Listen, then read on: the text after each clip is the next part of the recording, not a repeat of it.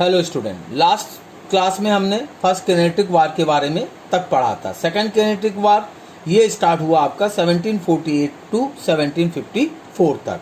ये battle between British East India company and France company was fought over the question of succession to the throne of Hyderabad and करेंटी।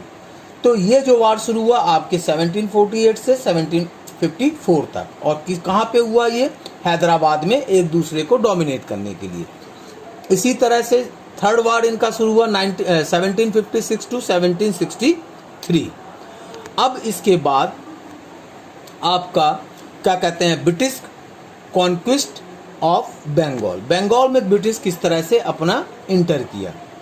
अल-वादरी Khan became the Nawab of Bengal in 1740. He was an able and diplomatic ruler. He disliked the activities of the English. He was against the visioning of Calcutta by the British. तो ये जो ruler हुए आपके, ये बहुत ही diplomatic थे और AVL थे। तो वो ब्रिटिश एक्टिविटीज़ को वहाँ पे पसंद नहीं करते थे, इसलिए उनने क्या किया, वो वहाँ से ब्रिटिश के अगेंस्ट थे। He decide in 1756 Siraj ul Daula become the nawab of Bengal. अब उनके मरने के बाद 1756 में सिराज उद दौला जो है बंगाल के नवाब बन गए। सुकत जंग सन ऑफ क्या कहते हैं, घसीटी बेगम eldest daughter of अल-वादरी Khan himself wanted to be नवाब। मगर जो सुकात जंग थे, सन ऑफ किसके थे? घसीटी बेगम के, और वो अल-वादरी के बड़े पुत्र थे, अब वो नवाब बनना चाहते थे। wanted be nawab as he got support from Diwan Rajballabh, Mir Jafar the brother-in-law of Al-Wadri Khan, and army chief also wanted to become the Nawab। अब इनको कौन कौन सपोर्ट कर रहे थे? वहाँ के दीवान राजबल्लभ कर रहे थे, मीर जाफर कर रहे थे, और अल-वादरी के जो ब्रदर इन लॉ थे वो ये सब चाहते थे कि वो वहाँ के नवाब बने। ऑल दिस अंडर ब्रिटिश के सपोर्ट से उन्होंने क्या किया, बंगाल में अपना कब्जा कर लिया। और क्या कहते हैं, 22 जून 1756 में वहाँ पे उन लोगों ने बंगाल के उनको हटाकर उन्हें क्या किया, वहाँ पे अपना कब्जा कर लिया। अब इसके बाद जब ये हुआ तो बैटल ऑफ पलासी 1757 में with the of the territory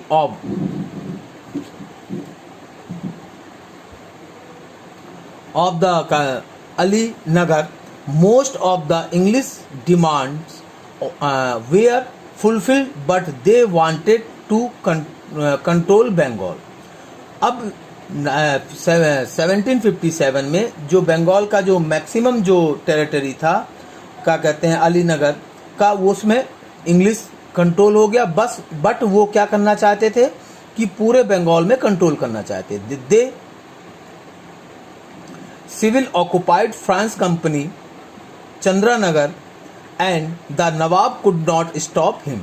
Civil made a secret pact with Mir Jafar, who was to replace Siraj ud Dौला as a Nawab of Bengal।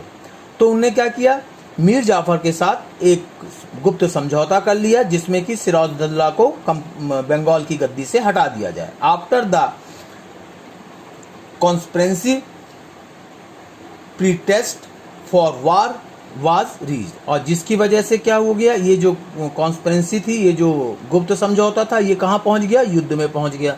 Nawab was accused of dishonouring territory of Alinagar, and soon army under civil sent out for Murshidabad. A battle between nawab and British force, जिसके वजह से नवाब और British force के बीच में एक जंग हुआ पलासी में 23 जून 1757 में। The major part of nawab army led by the traitors Mir Jafar, और जो नवाब का जो मैक्सिमम जो आर्मी थी वो किसके साथ चली गई, मीर जाफर के साथ चली गई। राय दुर्लभ and war Latif did not participate activity in the battle, and so the Nawab was defeated and killed by Miran, sons of Mir Jafar. तो उस युद्ध में जिसकी वजह से वो नवाब मारे गए, किसके द्वारा, मीर जाफर के द्वारा। फिर उसके बाद बैटल ऑफ बक्सर, ये युद्ध हुआ आपका 1764 में। After the battle of Plassey the company used Mir Jafar as a golden sack into which they could dip their hands and pleasure.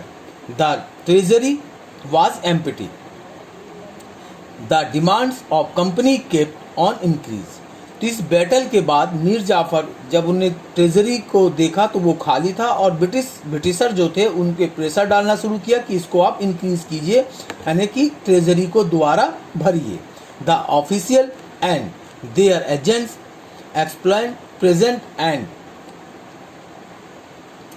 craftsmen and force them to sell their goods at cheaper rate and thus made huge profit. तो उन लोगों ने उसको pressure करना शुरू किया कि उनके पास जो भी सामान है वो बेचे और इस तरह से अपने ट्रेजरी को भरें।